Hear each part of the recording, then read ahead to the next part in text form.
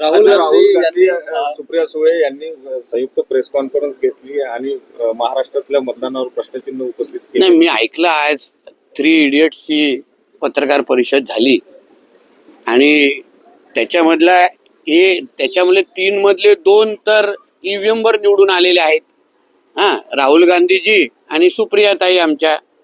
एक शिवसेनेच्या आमदारांच्या आशीर्वादामध्ये निवडून आलेला आहे, बॅकडोरवाला आहे आमचा संजय राजाराम राऊत, आमचा भांडूपचा देवानंद. म्हणजे ह्या तिघांची विश्वासार्हता काय? म्हणजे सगळे तिघांमध्ये दोघं अगर ईव्हीएम वर निवडून आले असतील, मग हीच पत्रकार परिषद लोकसभेच्या निवडणुकीच्या नंतर का घेतली नाही?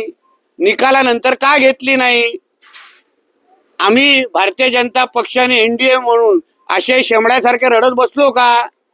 आम्हाला लोकसभेमध्ये जे काही आमचे निकाल लागले त्याच्यानंतर भारतीय जनता पक्ष आणि एनडीएचे सर्वच घटक पक्ष कामाला लागले, मेहनत केली आणि म्हणूनच हरियाणा असो महाराष्ट्र असो सगळीकडे आमची सत्ता आम्ही आणून दाखवली, लोकांचा विश्वास संपन्न केला, हिंदू समाजाला आम्ही लोकांनी जागवलं.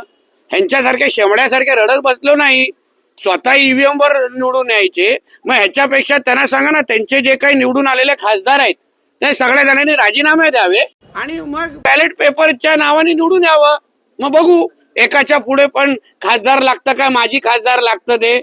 ह्यांची एलर्जी तीच आहे की महाराष्ट्रातल्या सरकार जे हिंदुत्वाच्या नावाने निवडून आलेलं आहे, मोहल्ल्यांमध्ये 1% मतदान होतं ते ह्यांना मिरची लागत नाही.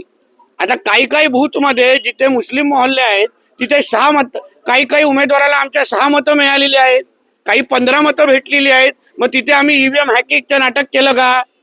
आता मालेगाव सारखी निवडणुका झाल्या, नावाचे मतदारसंघ आहेत जिथे एकाच मतदारसंघामध्ये 1-1, 1.5 लाख मतदान झाल्यामुळे त्यांचा खासदार निवडून आले आहेत. मग तिथे आम्ही शेमड्यासारखे असे बोलत बसलो तर चाललं असतं का? म्हणून ह्या जे काय हे शेमडे जे आज आले आणि मोठे काय पत्रकार परिषद या 3 इडियटनी घेतली ना, जनता हसत होती त्यांच्यावर. स्वतः ईव्हीएमच्या नावाने निवडून यायचं आणि मग आमच्यावर बसून टीका करायची. याच्यापेक्षा लोकांमध्ये जावा, लोकांची मनं जिंका, लोकांसाठी कामं करा जे मोदीजी आणि आमचे फडणवीस साहेब आज करतायत आणि मग तुम्हाला निकालामध्ये त्याचा फरक दिसेल.